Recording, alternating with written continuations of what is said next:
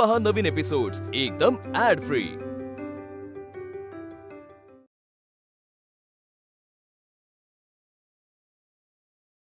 छोटे बालक,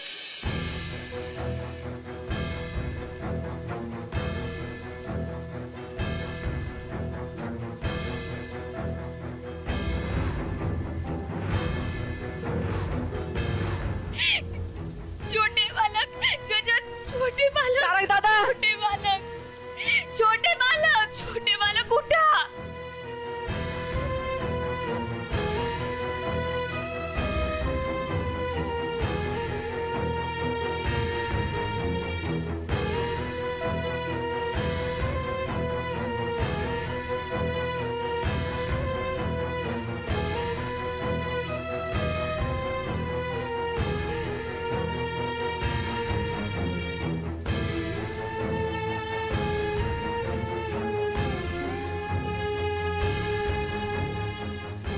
गजा, काय झालं छोट्या मालकांना? अण्णा त्यांना कोणत्याही परिस्थितीत घरी न्यावं लागल। गजे चल। पण ताई मला दम लागलाय। ये गजा, तू आई बाजूला, मी घेतो। नाही अण्णा, तुम्ही नका धरू। अहो यांना तुम्हाला त्रास होईल, तुम्ही नका धरू। अगं मग कसं करायचं? यांना घरी कसं न्यायचं? कसं करायचं? गजा, तू डॉक्टरांना घेऊन घरी ये। हा घरी आण। हा आणतो। घरी? आता घरी कसं देणार? मी गावकऱ्यांना बोलून आणू का? नाही अण्णा, एवढा येळ नाही आपल्याकडं। आता एकच पर्याय, काय? तुम्ही उचलायला मदत करा।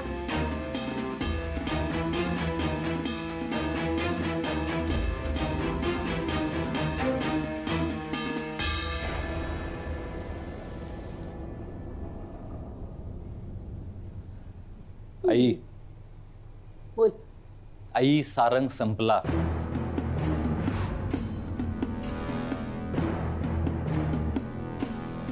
काय?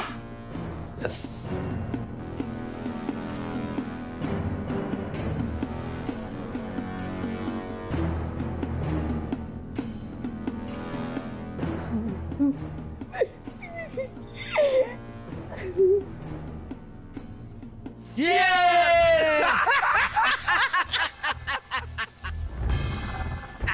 चला चला झाला तो काजू काजूच मेला।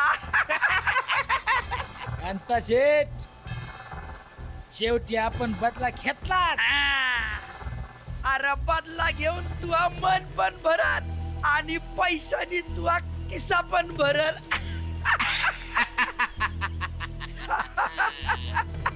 अरे मावा बोललो मोठा होऊ द्या साठ लोट।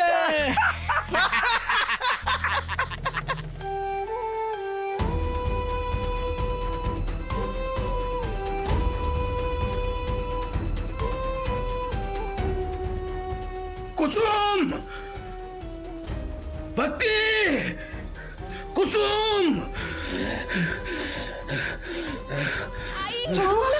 ताई, हो काय झालं? आधी आधी आतमध्ये घे त्यांना।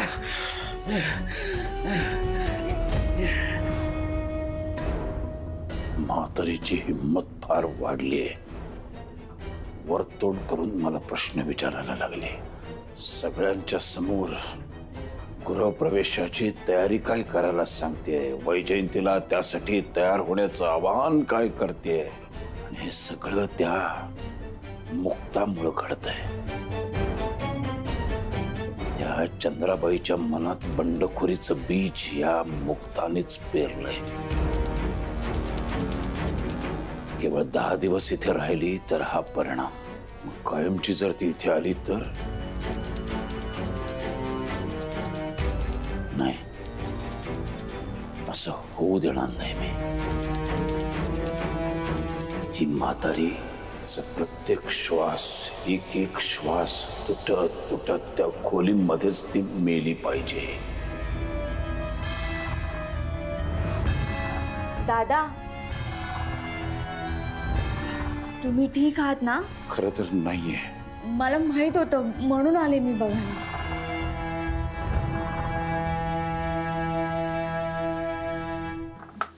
जखम खोलवर नाहीये, पण मुकामार लागलाय।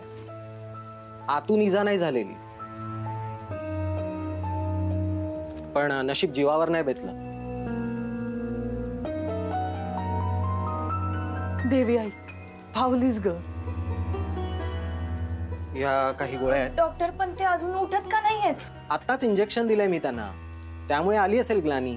आणि कसं आहे, तापही आलेला आहे, त्यामुळे सुद्धा ग्लानी येते थोडीफार. या गोळ्या घ्या, त्यांना जाग आली की वरण भात खायला घाला, त्यानंतरच या गोळ्या द्या. वय हे माझं कार्ड आहे, त्याच्यावर माझा नंबर आहे. काही जास्त वाटलं तर मला फोन करा. जी. द्या ना. मी आलोच यांना सोड. ये.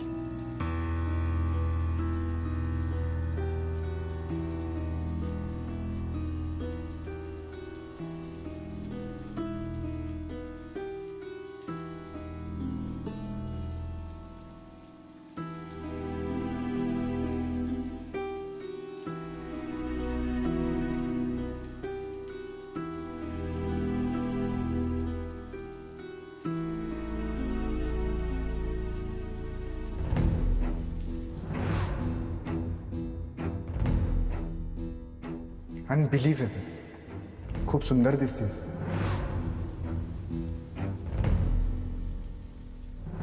मी सोबत असेल ना तर आपण एकत्र मिळून खूप काही करू शकू. आपल्यात सुंदर नातं तयार होऊ शकतं.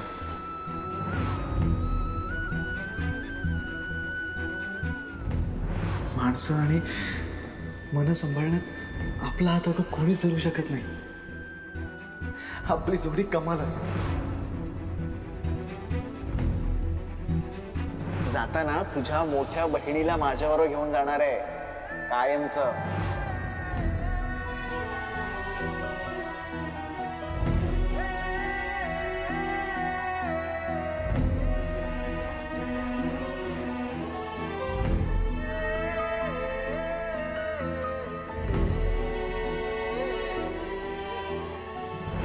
मला तुझे डोळे वाचता येतात आणि आताही तुझे डोळे काहीतरी वेगळंच बोलते.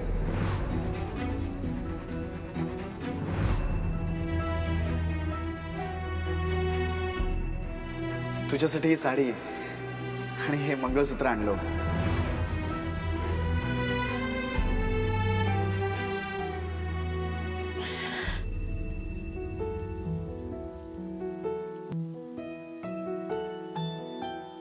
आओ, छोट्या मालकांना काही होणार तर नाही ना?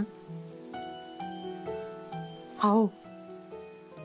अगं नाही होणार काही. डॉक्टरने म्हणलेलं ऐकलं नाहीस का तू? अगं आता संकट टळलंय. आई राजा, आई धावून आली आहे बघ.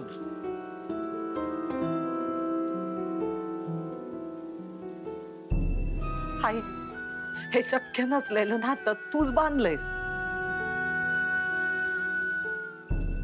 पुढं काय होईल काय नाही आम्हाला काही माहित नाही. आता जे काय करायचंय ना ते तूच कर. सगळं तू या हवाली आहे ग. आई राजा,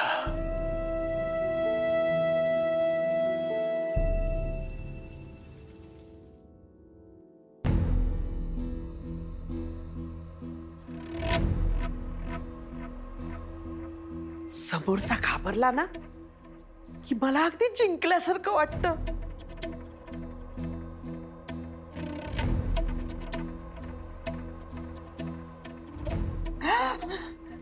बाई, कसं तुरुंगात असल्यासारखं वाटतंय ना एकदम. किती त्रास करून घेतेस तू वहिनी. मी ना तुला भेटायला दादाच्या खोलीत गेले होते ग, पण तिथे तू नव्हतीस. मग माधवीकडनं मला कळलं की तू आणि दादा बोलताना सुद्धा ना काळजात चर्र होतंय ग, म्हणून आपलं म्हटलं. वंस, तुम्ही जे बोलायला आलात ते बोलाल का की हेच बोलायला आला होतात? मी विचारायला आले होते की रात्री जेवणाचा बेत काय करायचा. मग माधवीने तुम्हाला हे नाही का सांगितलं की जेवणाचा बेत कोण ठरवणार आहे? नाही, तुम्हाला माहिती नसेल तर मी सांगते, जेवणाचा बेत आर्या ठरवणार आहे. कारण तिला सगळे अधिकार हवे होते ना माझ्याकडनं, ते तिने मिळवलेत. त्यामुळे जेवणाचा बेत काय करायचंय हे तुम्ही तिलाच विचारा. अगं असं कसं? अगं काल आलेली पोर आहे ती आर्या, आणि तुझे इतक्या वर्षाचे अधिकार काढून घेतले तिने. अगं इतकी वर्ष तू हे घर सांभाळलं अधिकाराने, आणि ती काल आलेली पोर. वंस, हा जाब तुम्ही तुमच्या भावाला विचारा. आणि माझ्यासमोर शब्दाच्या घड्या नका घालू, कारण तुमचं मनोरंजन होईल असं मी काहीही बोलणार नाहीये. जाऊ शकता तुम्ही वंस. किती घालून पाडून बोलतेस ग वहिनी तुम्हाला. जाताना दरवाजा ओढून घ्या. आणि आमच्या काळजीची कोणाला किंमतच नाही.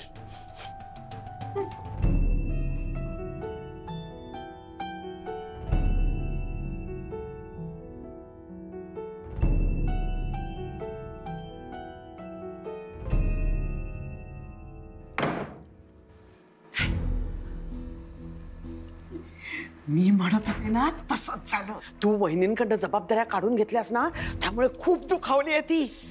आता किचनची जबाबदारी पण ती घेत नाहीये, त्यामुळे किचन पूर्णपणे तुझ्या ताब्यात आहे. अरे वा वा वा, कॉंग्रॅच्युलेशन्स आर्या. थँक्यू. तुम्ही दोघी मला किती समजून घेताय. का माहितीये का? कारण तू आम्हाला या घराची सून म्हणून हवी आहेस. अहो वंस, आपल्या तिघींची टीम काय सॉलिड झाले नाही. पण ह्या टीमला तेव्हाच अर्थ येईल जेव्हा या टीमची कॅप्टन मी असेन. कारण तुमच्या दोघींपेक्षा माझं डोकं जास्त चालतंय. मी सांगीन तेच तुम्हाला ऐकावं लागेल, आणि जर का तुम्ही नाही ऐकलत तर सगळं उलट घडवून आणेन मी. नाही नाही नाही, तुम्हीच आमच्या प्रमुख. हो, तुम्हीच आमच्या कॅप्टन.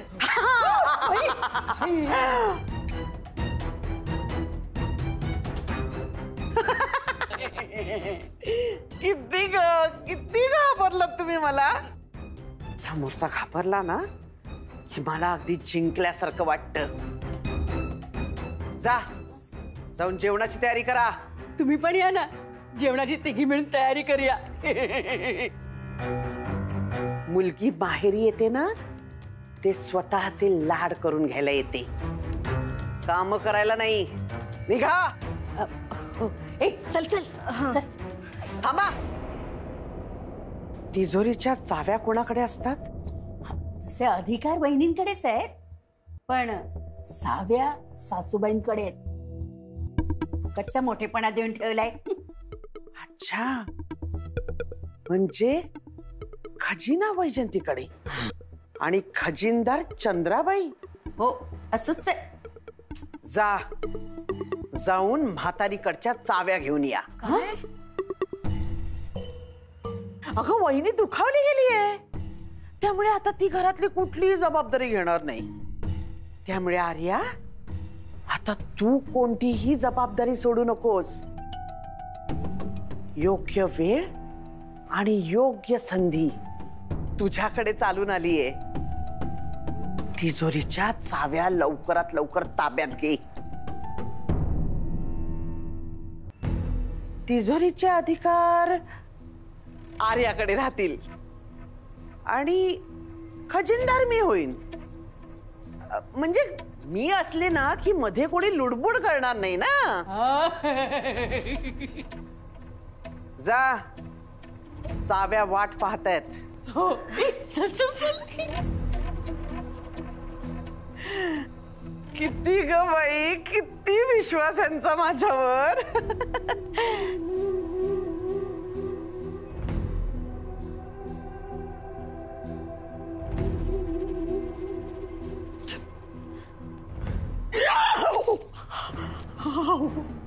येऊन उभे राहू नका हो, घाबरले ना मी.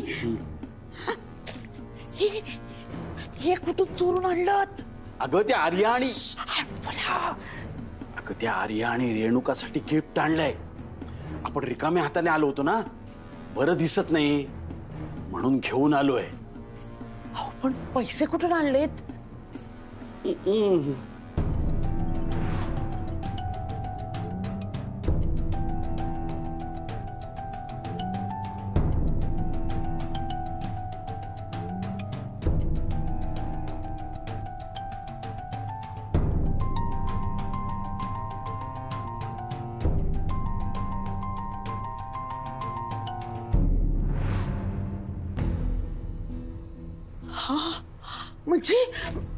म्हणजे देवीच्या समोरून पैसे?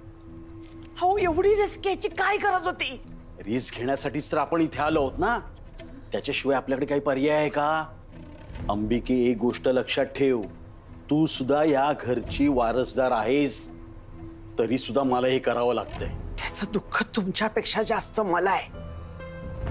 त्यात ती मुक्ता आपल्या सारंगला स्वतःच्या जाळ्यात ओढून हे घर लुटायचा प्रयत्न करते. तेव्हा तिच्यापासून या घराचं आणि माझ्या हक्काच्या प्रॉपर्टीचं संरक्षण करणं ही आपली जबाबदारी आहे. इथे जर कोणी लूटमार करणार असेल ना, तर ती फक्त मीच करणार. तू तोंडानेच बोल, पण बोलून अशी लुटमार करता येत नसते. ती अशी प्रत्यक्षात करावी लागते. पण अंबिके, तू आता बघच मी काय करतो ते.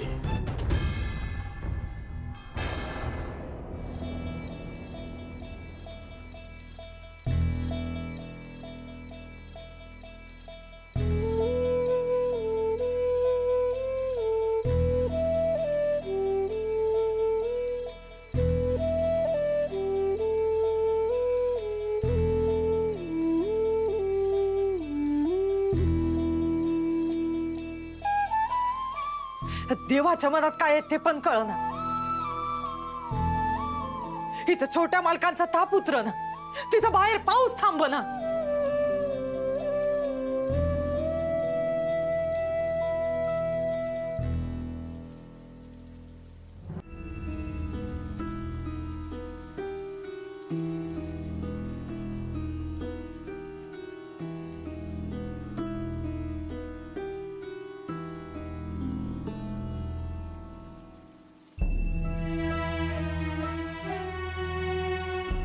आई, तुला जीवच पाहिजे नसेल तर मावा घे, पण त्यांना काही करू नको.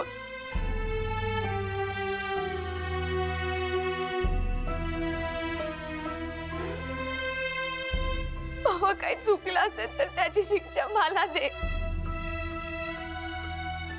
काय बरं वाईट करायचं असेल तर ते मावा कर. फार पिळवटून काढ आयुष्य, पण त्यांना जीवदान दे.